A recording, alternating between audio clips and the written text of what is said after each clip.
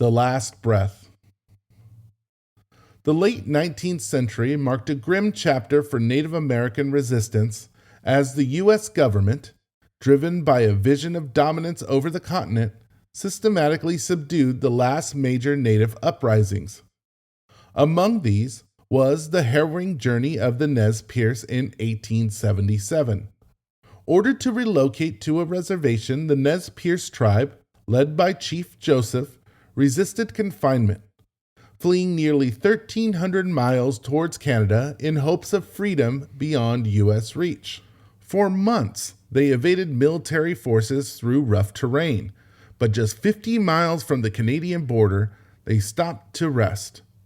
Seizing the opportunity, American soldiers attacked, and after a 5-day siege, the exhausted and outnumbered Nez Perce surrendered. Chief Joseph's words captured the heartbreak of the moment. And I quote, "From where the sun now stands, I will fight no more forever."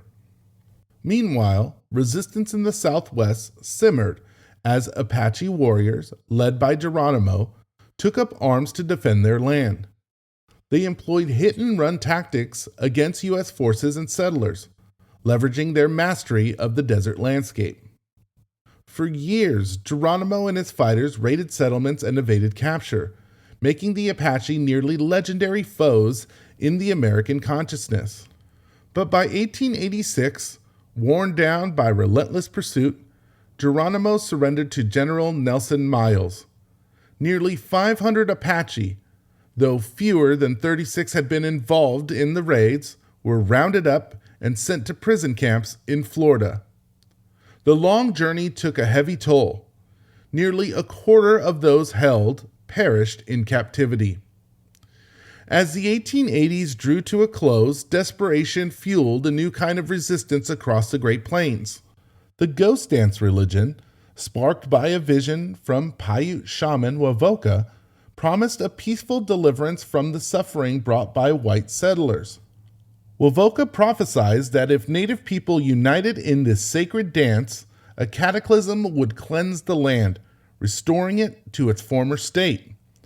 The movement spread like wildfire through Native communities, promising hope amid despair. Yet the ritual terrified white settlers, who feared it was a prelude to a violent uprising.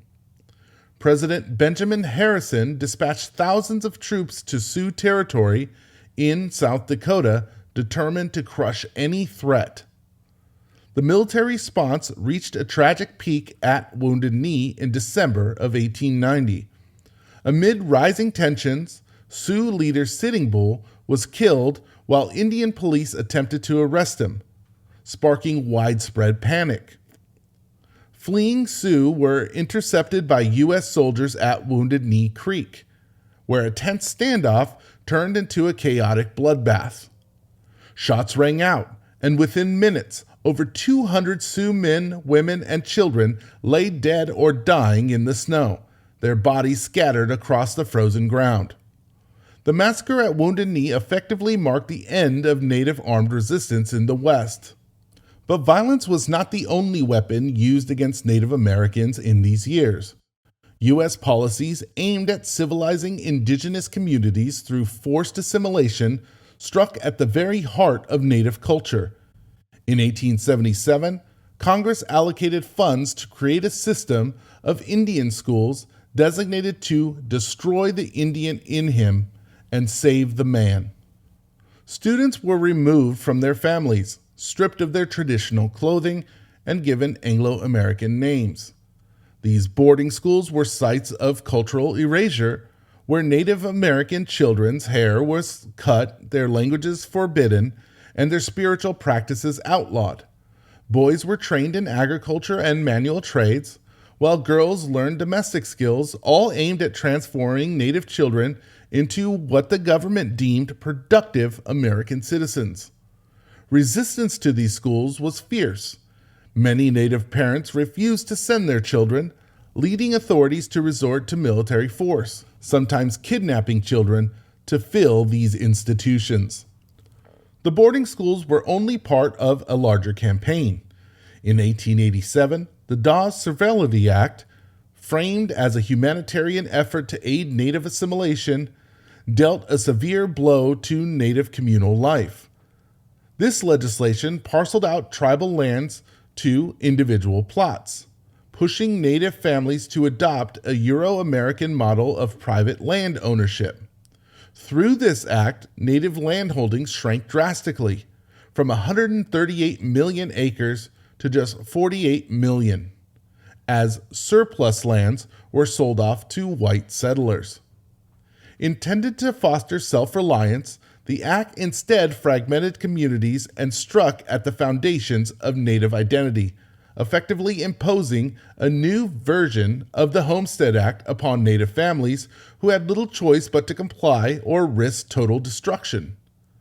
Land not immediately granted to Native families was held in trust by the federal government, mirroring a paternalistic system that invoked the same rationale as past justifications for African American slavery.